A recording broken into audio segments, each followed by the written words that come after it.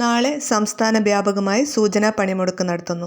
വാർത്തകൾ വിശദമായി അറിയാൻ വീഡിയോ ലൈക്ക് ചെയ്ത് കാണാൻ ശ്രദ്ധിക്കുക. വിദ്യാഭ്യാസപരമായ എല്ലാ അവധികളെക്കുറിച്ചുള്ള വാർത്തകളും അതുപോലെ സ്കോളർഷിപ്പുകളെക്കുറിച്ചുള്ള വാർത്തകളും അറിയാൻ നിങ്ങൾ ഈ ചാനൽ സബ്സ്ക്രൈബ് ചെയ്യുക.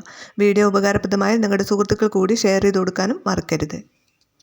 സംസ്ഥാനത്തെ ഒരു വിഭാഗം സർക്കാർ ജീവനക്കാരും അധ്യാപകരും ജനുവരി 22 അതായത് നാളെ സംസ്ഥാന വ്യാപകമായി സൂചനാ പണിമുടക്ക് നടത്തുന്നു. ഈ സാഹചര്യത്തിൽ അനധികൃതമായി ജോലിക്ക് ഹാജരാകാതെ ജീവനക്കാർ പണിമുടക്കിൽ പങ്കെടുക്കുന്നത് ഡയസ്നോണായി കണക്കാക്കുമെന്ന് സർക്കാർ അറിയിച്ചു. പണിമുടക്കുന്നവരുടെ ഒരു ദിവസത്തെ വേതനം ഫെബ്രുവരിയിലെ ശമ്പളത്തിൽ കുറവ് ചെയ്യും. ജീവനക്കാർക്കോ അതുപോലെ അടുത്ത ബന്ധുക്കൾക്കോ അസുഖം ബാധിച്ചാലോ ജീവനക്കാരുടെ പരീക്ഷ ആവശ്യത്തിന് അതുപോലെ ഒഴിച്ചുകൂടാനാവാത്ത സാഹചര്യങ്ങളിലോ മാത്രമേ അവധി അനുവദിക്കൂ.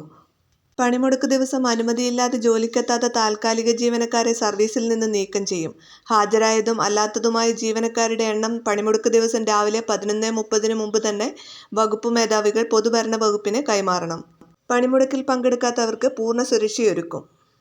ക്ഷാമബത്ത, ശമ്പള പരിഷ്കരണ കുടിശ്ശിക അനുവദിക്കുക, പങ്കാളിത്ത പെൻഷൻ പിൻവലിച്ച് പഴയ പെൻഷൻ പദ്ധതി നടപ്പാക്കുക, 12ാം ശമ്പള പരിഷ്കരണ നടപടി തുടങ്ങുക, ലീവ് സറണ്ടർ പുനഃസ്ഥാപിക്കുക തുടങ്ങിയ ആവശ്യങ്ങൾ ഉന്നയിച്ചാണ് നാളെ അധ്യാപകരും സർക്കാർ ജീവനക്കാരും പണിമുടക്കുന്നത്. നാളത്തെ അധ്യാപക പണിമുടക്ക് ചിലയിടങ്ങളിലെങ്കിലും കോളേജുകളെയും സ്കൂളുകളെയും ബാധിക്കാൻ സാധ്യതയുണ്ട്. അതുകൊണ്ട് തന്നെ ഇതുമായി ബന്ധപ്പെട്ട വിവരങ്ങൾ അറിയാൻ നിങ്ങളുടെ സ്കൂൾ അധികൃതരുമായി ബന്ധപ്പെടുക. പണിമുടക്കുമായി ബന്ധപ്പെട്ട് ഇതുവരെ യാതൊരു അവധിയും നൽകിയിട്ടില്ല.